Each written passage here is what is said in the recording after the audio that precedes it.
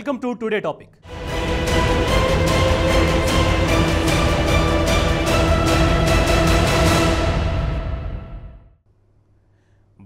Today topic. ఎన్నికల్లో గెలవాలంటే హామీలు ఇవ్వాలి, తాయిలాలు ప్రకటించాలి, కీలకమైన వర్గాలకు భారీగా ప్రయోజనం కలిగించే వాగ్దానాలు చేయాలి. అందుకు అనుగుణంగానే టీడీపీ, వైసీపీ తమ మేనిఫెస్టోలను ఉగాది పర్వదినం నాడు ప్రకటించాయి. ఈసారి ఎన్నికల్లో విజయమో వీరస్వర్గమో అనే స్థాయిలో ఈ రెండు పార్టీలు తీవ్రంగా పోరాటం చేస్తున్నాయి. ఈసారి గెలవకపోతే అనే ఊహే రానివ్వని విధంగా సర్వ సంక్షేమానికి జై, ఓట్ల పంట పండాలంటే రైతును ప్రసన్నం చేసుకోవాలి, సమాజంలో సగభాగం ఉన్న మహిళల ఆదరణ పొందాలి, సామాజికంగా దాదాపు 50% ఉన్న బీసీలకు భారీగా హామీలు ఇవ్వాలి, ఇక ఇతర వర్గాల వారికి యథాశక్తి తాయిలాల ఎరవయ్యాలి. ఉగాది పర్వదినం నాడు తెలుగుదేశం, వైఎస్ఆర్ కాంగ్రెస్ పార్టీలు ప్రకటించిన మేనిఫెస్టోలు రెండు ఇదే ప్రాతిపదికన రూపొందించినట్లు అర్థమవుతుంది. తాయిలాల ద్వారా ఓట్లు పొంది అధికారంలోకి రావాలనే ఆరాటమూ కనిపిస్తోంది.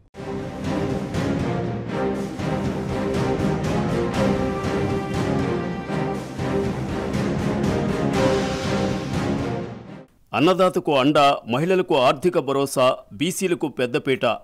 మొత్తం మీద టీడీపీ, వైసీపీ మేనిఫెస్టోల్లోని ముఖ్యాంశాలివే. ఓట్ల పంట పండాలంటే రైతులను మచ్చిక చేసుకోవాలి. ఇందుకు అనుగుణంగానే అన్నదాతపై హామీల వర్షం కురిపించారు.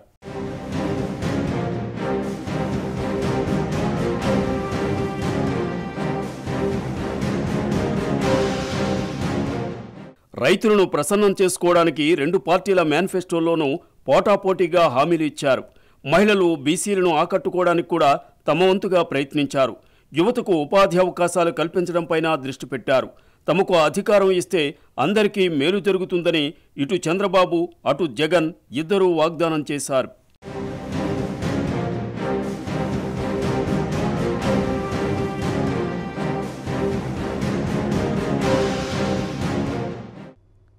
అన్నదాత సుఖీభవ అంటూ ముఖ్యమంత్రి చంద్రబాబు నాయుడు రైతులకు హామీలు ఇచ్చారు. అమరావతిలో ఆయన టీడీపీ మేనిఫెస్టో ప్రకటించారు.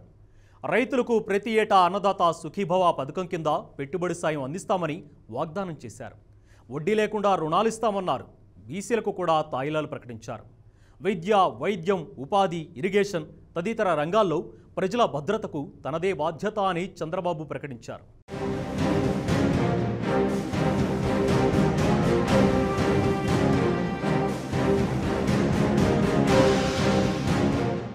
అన్నదాత సుఖీభవ తెలుగుదేశం పార్టీ ట్రంప్ కార్డుగా ఉపయోగిస్తున్న పథకం.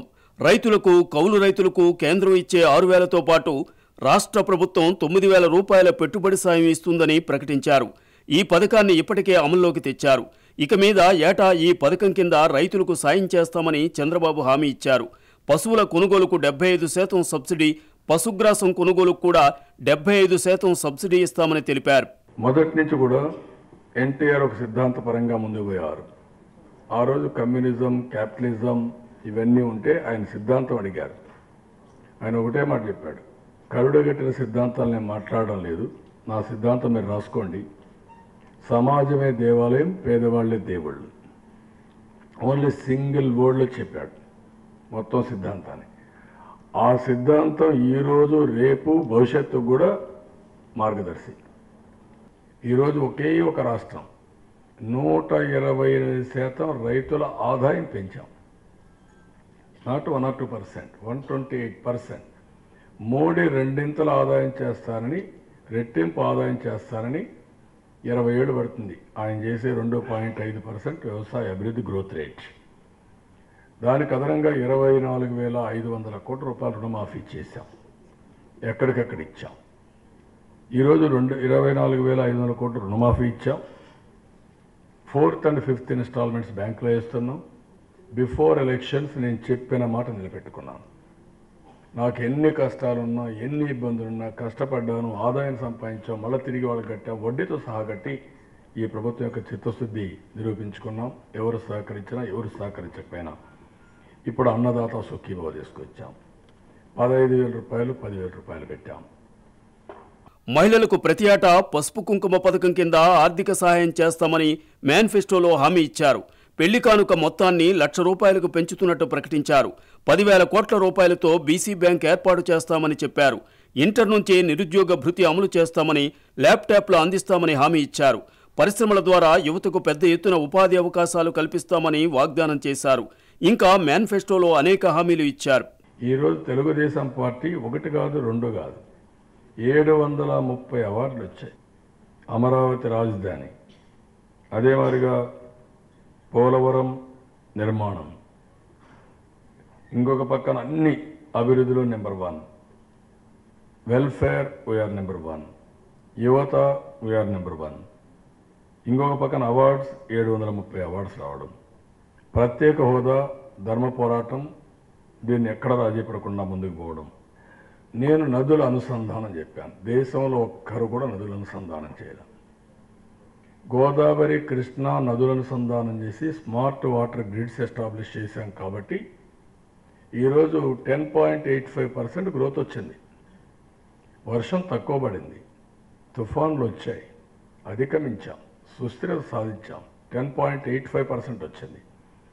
ఇప్పుడు is of doing business number 1 వచ్చాం కాబట్టి పెట్టుబడులు ఎక్కువ వచ్చాయి. కియా మోటార్ లాంటివి వచ్చాయి. ఈరోజు పోలవరం 70% అయింది. Will complete within no time.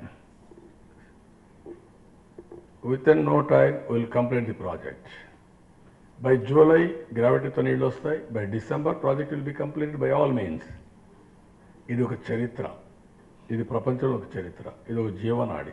ఎంతమంది ఎన్ని విషం కక్కినా, ఎంతమంది అడ్డంకులు సృష్టించినా ఇది జరిగి తీరుతుంది, చేస్తున్నాం. అమరావతి ప్రపంచంలోని 5 అద్భుత నగరాల్లో ఒక నగరంగా ఉంటుంది. ఇప్పటికే people are talking about it. కొంతమందికి గ్రాఫిక్స్ అన్నారు. గ్రాఫిక్స్ చూస్తేనే మీకు కళ్ళు తిరుగుతున్నాయి. భవిష్యత్తులో రియాలిటీ వస్తే మీకు కళ్ళు తిరగడం కాదు, కడుపు కూడా మండిపోతుంది. మీరేం చేయలేరు. అందుకే ఎక్కడ మీరు మాట్లాడలేకపోతున్నారు. మీ ఎలక్షన్ మేనిఫెస్టో కూడా చెప్పలేకపోయారు. రైతులు, మహిళలు, బీసీలపై టీడీపీ మేనిఫెస్టోలో హామీల జల్లు కురిపించారు. యువత ఉపాధికి ప్రాధాన్యం ఇస్తామని ప్రకటించారు. గత 5 ఏళ్లలో రాష్ట్రాన్ని అన్ని రంగాల్లో ముందంజలో నిలపడానికి ప్రయత్నించామని, పోలవరం ప్రాజెక్టును సకాలంలో పూర్తి చేస్తామని, నదుల అనుసంధానం ద్వారా 2 కోట్ల ఎకరాలకు సాగునీరివ్వడమే లక్ష్యమని చంద్రబాబు ప్రకటించారు.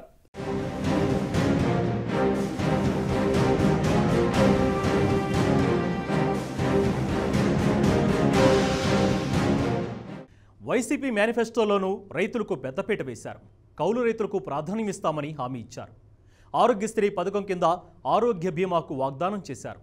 బీసీలకు సబ్ప్లాన్, బీసీ మైనారిటీ కౌలు రైతులకు పెట్టుబడి సాయం, పిల్లలను బడికి పంపే తల్లులకు నగదు ప్రోత్సాహం వంటి అనేక హామీలు ఉన్నాయి. పోలవరం సహా ప్రాజెక్టులను సత్వరం పూర్తి చేయటం, 2,30,000 ఉద్యోగాల భర్తీ, ప్రభుత్వ ఉద్యోగులకు మధ్యంతర భృతి, సిపిఎస్ విధానం రద్దు హామీలను కూడా ఇందులో పొందుపరిచారు.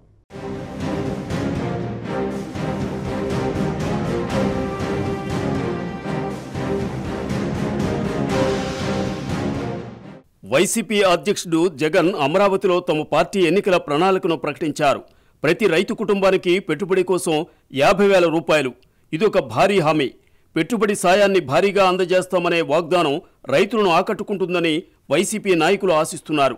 3,000 కోట్ల రూపాయలతో ధరల స్థిరీకరణ నిధి ఏర్పాటు, రైతు ప్రమాద బీమా 7 లక్షల రూపాయలు, కౌలు రైతులకు పంటపై హక్కు ఉండేలా చట్టం, బీసీ మైనార్టీ కౌలు రైతులకు 12,500 రూపాయల పెట్టుబడి సాయం, రైతులకు ఉచితంగా బోర్లు, కౌలు రైతులకు వడ్డీ లేని రుణాలు వంటి హామీలన్నీ వాట్ల పంటను పండించుకునే ఉద్దేశంతో ఇచ్చినవే.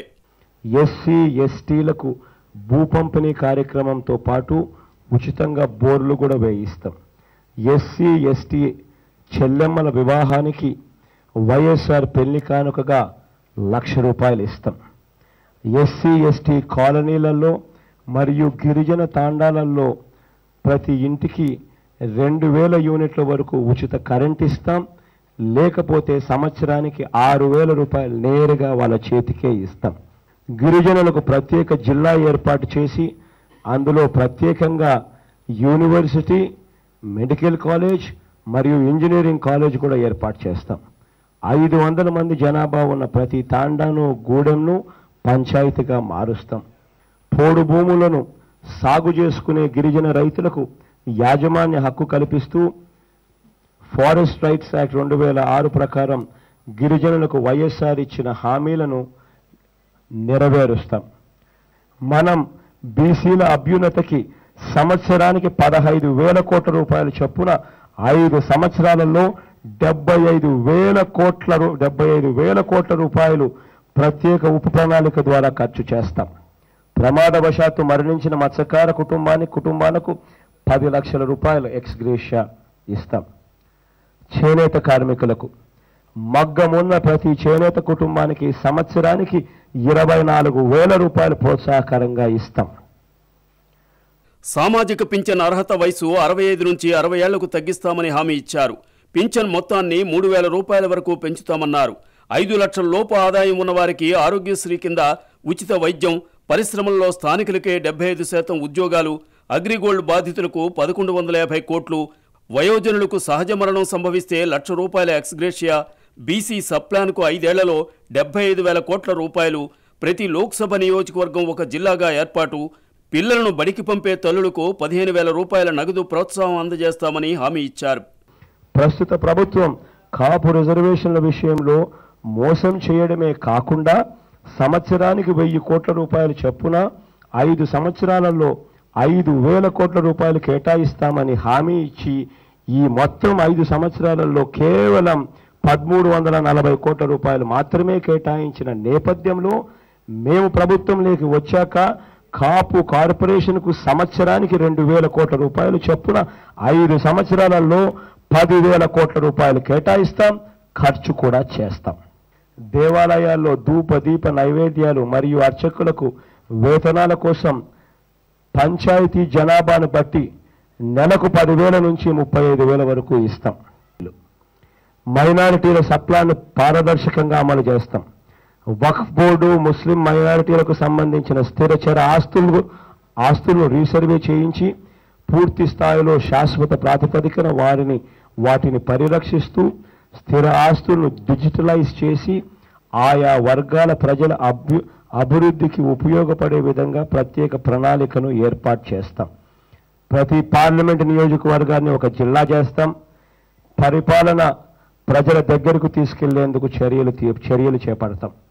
రాజధానిని ఫ్రీ జోన్గా అందరికీ ఉద్యోగ అవకాశాలు ఉండే విధంగా గుర్తిస్తూ నిజమైన వికేంద్రీకరణ లక్ష్యంగా రాష్ట్రంలోని 3 ప్రాంతాలను సమగ్రంగా అభివృద్ధి చేస్తాం.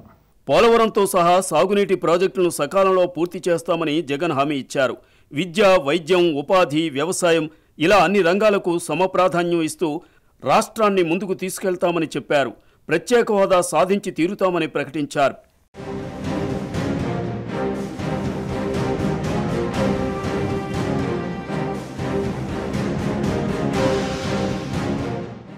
తెలుగుదేశం, వైఎస్ఆర్ కాంగ్రెస్ పార్టీలు ఈ ఎన్నికలు చావో రేవో అనేంత సీరియస్గా తీసుకున్నాయి.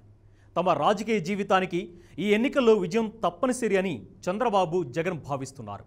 అనడానికి చాలా సంకేతాలు కనిపిస్తున్నాయి.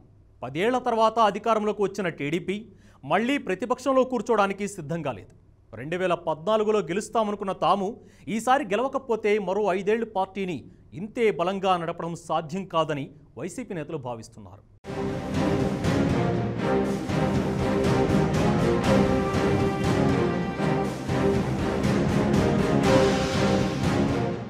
విజయమో వీర స్వర్గమో యుద్ధంలో వాడే మాట ఇది. ఆంధ్రప్రదేశ్లో జరుగుతున్న ఎన్నికలు కూడా యుద్ధాన్ని తలపిస్తున్నాయి. గెలిపే లక్ష్యంగా టీడీపీ, వైసీపీలు పావులు కదుపుతున్నాయి. రాజకీయ పార్టీకి ఎన్నికల్లో గెలుపనేది ఒక భాగం. గెలిచినా ఓడినా ప్రజల కోసం పనిచేయడం పార్టీ కర్తవ్యం. అయితే టీడీపీ, వైసీపీ మాత్రం గెలవడమే లక్ష్యంగా సర్వశక్తులు వడ్డుతున్నాయి. మైండ్ గేమ్ రాజకీయాలు, భారీగా చేరికలను ప్రోత్సహించడం, తీవ్రమైన ఆరోపణలు, దూషణలతో రాజకీయాన్ని మరింత వేడెక్కిస్తున్నాయి.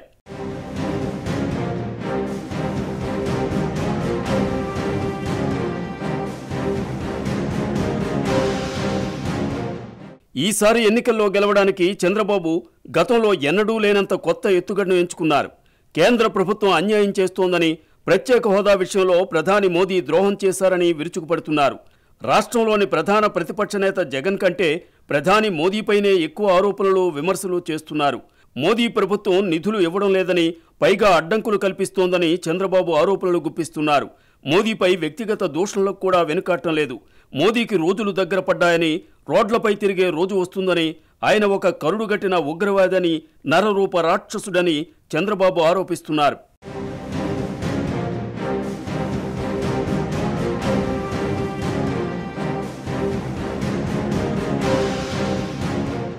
పోలవరం ప్రాజెక్టుకు జాతీయ హోదా ప్రకటించిన కేంద్రం సరిగ్గా నిధులు ఇవ్వడం లేదనే అంశాన్ని చంద్రబాబు పదే పదే ప్రస్తావిస్తున్నారు. ఇప్పటి వరకు 7,000 కోట్లు ఇచ్చిన కేంద్రం మరో 4,000 కోట్లు బకాయి ఉందనే విషయాన్ని తరచూ గుర్తు చేస్తున్నారు. రాజధాని నిర్మాణానికి కూడా తగినన్ని నిధులు ఇవ్వలేదని, విభజన హామీల్లో చాలా వాటిని ఇంకా అమలు చేయలేదని చంద్రబాబు దుయ్యబడుతున్నారు. అసెంబ్లీ ఎన్నికలు జరిగే సమయంలో రాష్ట్రంలోని ప్రధాన పార్టీలు ఒకదాన్ని మరొకటి టార్గెట్ చేస్తాయి. ఆ పార్టీల నాయకులే పరస్పరం టార్గెట్ అవుతారు. చంద్రబాబు మాత్రం తొలి టార్గెట్గా మోదీనే ఎంచుకున్నారు. మోదీని వీలైనంత విమర్శించడం ద్వారా, నిధులు ఇవ్వకుండా సతాయిస్తున్నారని చెప్పడం ద్వారా ప్రజల్లో సానుభూతి పొందాలనేది బాబు ప్రయత్నంగా కనిపిస్తోంది.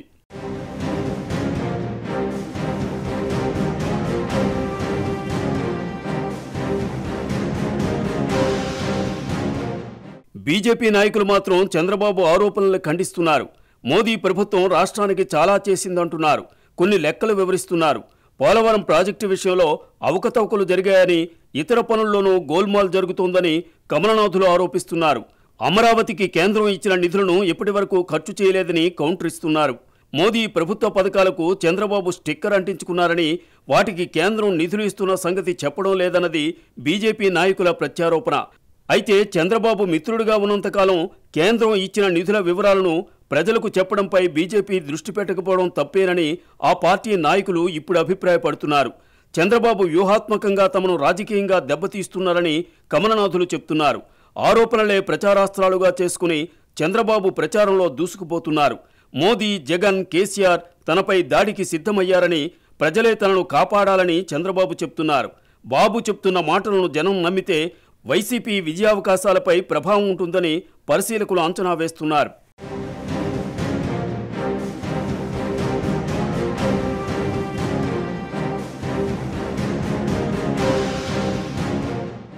వైసీపీకి, జగన్కు ఈ ఎన్నికలు అత్యంత కీలకం.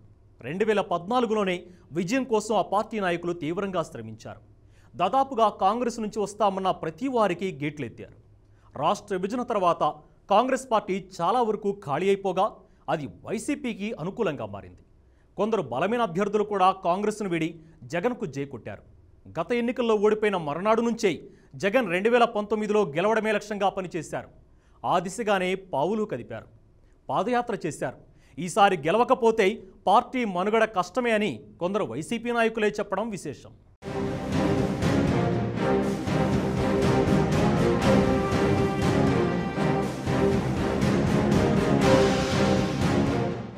వైసీపీ ఆవిర్భావం తరువాత తొలిసారిగా 2014 ఎన్నికల్లో చాలా దూకుడుగా జనం ముందుకు వెళ్ళింది. గెలిపే లక్ష్యంగా జగన్ ముమ్మరంగా ప్రచారం చేశారు. ఏపీకి అన్యాయం చేసేలా జరిగిన రాష్ట్ర విభజన కాంగ్రెస్ను దెబ్బతీసింది. ఆ పార్టీ పేరు చెప్తేనే ప్రజలు ఆగ్రహంతో రగిలిపోయారు. అలాంటి పరిస్థితుల్లో కాంగ్రెస్ నాయకులు చాలామంది ఆ పార్టీకి గుడ్ బై చెప్పారు. వీరిలో ఎక్కువ మంది వైసీపీలో చేరారు. ప్రజాప్రతినిధులు, కొందరు బలమైన అభ్యర్థులు కూడా వైసీపీకి రెడీమేడ్గా దొరికారు. దీంతో ఆ పార్టీ కేడర్లో జోష్ పెరిగింది.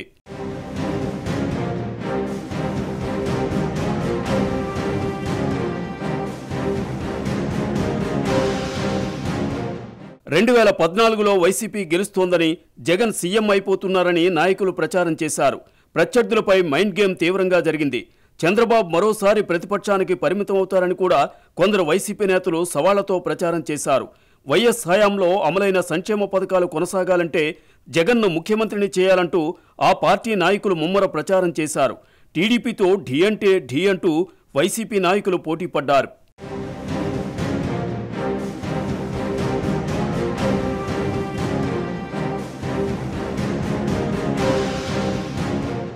కాంగ్రెస్కు ప్రత్యామ్నాయంగా ఎదిగిన వైసీపీ ఇక టీడీపీని ఢీకుని గెలవడం కష్టం కాదనే భావన నాయకుల్లో ఏర్పడింది. వైఎస్ రాజశేఖర రెడ్డి తనయుడుగా, రాజన్న రాజ్యం తెచ్చే నాయకుడుగా జగన్ను ఫోకస్ చేశారు. ఆయన ప్రచారం కూడా అదే తరహాలో జరిగింది. వైసీపీ దూకుడు చూసి తొలి ఎన్నికల్లోనే గెలుస్తుందేమోనే భావించిన వారు కూడా ఉన్నారు. అయితే ఎన్నికల్లో గెలవడానికి దూకుడు మాత్రమే కాదు, వ్యూహాలు కూడా కావాలని చంద్రబాబు తన రాజకీయ చతురతతో నిరూపించారు.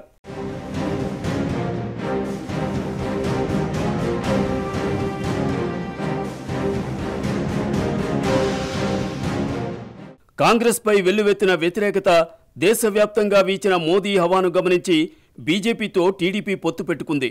2014 ఎన్నికల్ని ఈ పొత్తే పెనుమలుపు తిప్పింది.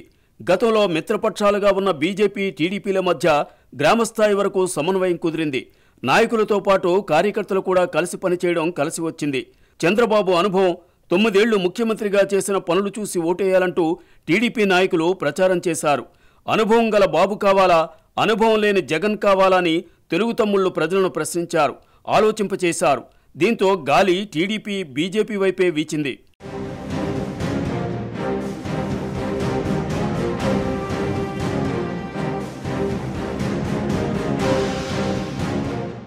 జనసేనాని పవన్ కళ్యాణ్ కూడా ఆనాటి పరిస్థితుల్లో టీడీపీ, బీజేపీ కూటమికి మద్దతిచ్చారు. మోదీ, చంద్రబాబుతో కలిసి ప్రచారం చేశారు. ఇది కూడా చాలా ప్రభావం చూపింది. జగన్, ఆయన పార్టీ నాయకులు ఎంత హడావిడి చేసినా మోదీ, బాబు, పవన్ ప్రచారంతో సీన్ పూర్తిగా మారిపోయి టీడీపీ విజయం సాధించింది. జగన్ ఆశ అడియాసే అయింది. 5 ఏళ్లు ప్రతిపక్షానికే పరిమితం కావలసి వచ్చింది. దీంతో ఈసారి గెలవకపోతే కష్టమే అనే విధంగా వైసీపీ నాయకులు కష్టపడుతున్నారు.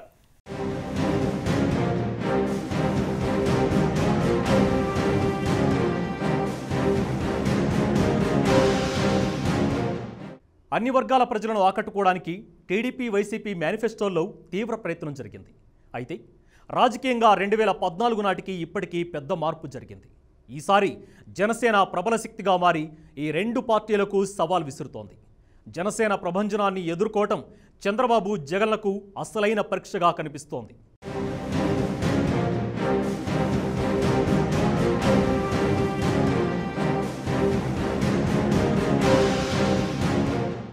ఇక ఇది ఈరోజు టుడే టాపిక్.